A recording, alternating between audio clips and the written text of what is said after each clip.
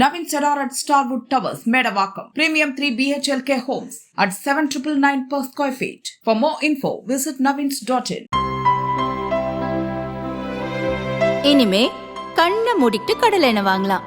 ஏன்னா மந்த்ரா கடலை எண்ணெய் இதயத்தின் தயாரிப்பு. வறுக்க பொரிக்க ஏன் எல்லா சமையலுக்கும் மந்த்ரா தான். மந்த்ரா கடலை எண்ணெய் அபார ருசி, ஆரோக்கியமான உடல் நலம். மத்திய அமைச்சர் நிர்மலா சீதாராமன் இன்று தாக்கல் செய்த பட்ஜெட் பெரும் வரவேற்பை பெற்றுள்ளது. இந்த பட்ஜெட்டில் ராணுவத்துக்கு மிகப்பெரிய அளவில் நிதி ஒதுக்கப்பட்டிருப்பது இந்தியாவை தாண்டி பல நாடுகளின் கவனத்தையும் ஈர்த்திருக்கிறது. அதாவது ராணுவத்துக்கு மட்டும் மொத்தம் 7,85,000 கோடி ரூபாயை இந்த முறை ஒதுக்கியிருக்கின்றனர். இதுவே கடந்த ஆண்டு 6,81,000 கோடி ரூபாய் ஒதுக்கப்பட்டிருந்தது. அதை காட்டிலும் இப்போது 1,04,000 கோடி ரூபாய் கூடுதலாக ஒதுக்கியிருக்கின்றனர். இது 15% கூடுதலாகும். இப்போது ஒதுக்கியிருக்கும் இராணுவ நிதியில் நம்மிடம் இருக்கும் இராணுவ கருவிகளை நவீனப்படுத்தவும் புதிய ஆயுதங்களை வாங்கவும் 2.19 லட்சம் கோடி ரூபாய் ஒதுக்கப்பட்டுள்ளது. இராணுவத்துக்கு இந்த முறை கூடுதல் நிதி ஒதுக்கப்பட்டிருக்கிறது. மேம்பட்ட ஆயுதங்களை வாங்குவதையும் உள்நாட்டிலேயே இராணுவ கருவிகள் தயாரிப்பதையும் ஊக்குவிப்பதுமே இதன் நோக்கம் என்று நிதியமைச்சர் நிர்மலா சீதாராமன் கூறினார். இராணுவத்துக்கு இந்தியா இவ்வளவு நிதியை அள்ளித்தருவதற்கு 4 முக்கிய காரணங்கள் உண்டு.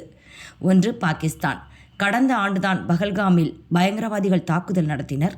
அதற்கு பதிலடி கொடுக்க பயங்கரவாதிகளையும் போருக்கு வந்த பாகிஸ்தானையும் நம் இராணுவம் பந்தாடியது. தொடர்ந்து பாகிஸ்தான் வாய்ச்சவடால் பேசி வருகிறது. எந்த நேரத்திலும் இன்னொரு போர் வெடிக்கலாம். அப்படி வந்தால் மீண்டும் பதிலடி கொடுக்க நாம் தயாராக இருக்க வேண்டும். அடுத்தது, வங்கதேச எல்லையில் அதிகரித்து வரும் பதற்றம். அங்கு நடக்கும் அரசியல் மாற்றங்கள் காரணமாக இந்துக்களும் சிறுபான்மையினரும் குறிவைத்து தாக்கப்படுகின்றனர். இப்போது இருக்கும் இடைக்கால அரசும் பாகிஸ்தானுடன் கைகோர்த்து கொண்டு இந்தியாவுக்கு எதிராக செயல்படுகிறது. அதேபோல் சீனாவுடனான உறவு ஓரளவு சீரடைந்து விட்டது. இருப்பினும் அருணாச்சல பிரதேசம், லடாக் பகுதியில் அதன் அத்துமீறலை எதிர்கொள்ள வேண்டியிருக்கிறது. இறுதியாக சர்வதேச பதற்றம். ட்ரம்பின் அடாவடி, உக்ரைன் ரஷ்யா போர், இஸ்ரேல் ஈரான் பதற்றம் காரணமாக உலக அளவில் பதற்றமான சூழல் நிலவுகிறது. இது ஏதாவது ஒரு வகையில் இந்தியாவை பாதிக்கும் வாய்ப்பு இருந்தால் அதையும் நாம் சமாளித்தாக வேண்டும். இதையெல்லாம் கருத்தில் கொண்டுதான் இராணுவத்துக்கு இவ்வளவு நிதி ஒதுக்கப்பட்டிருக்கிறது என்று பாதுகாப்பு நிபுணர்கள் கூறுகின்றனர்.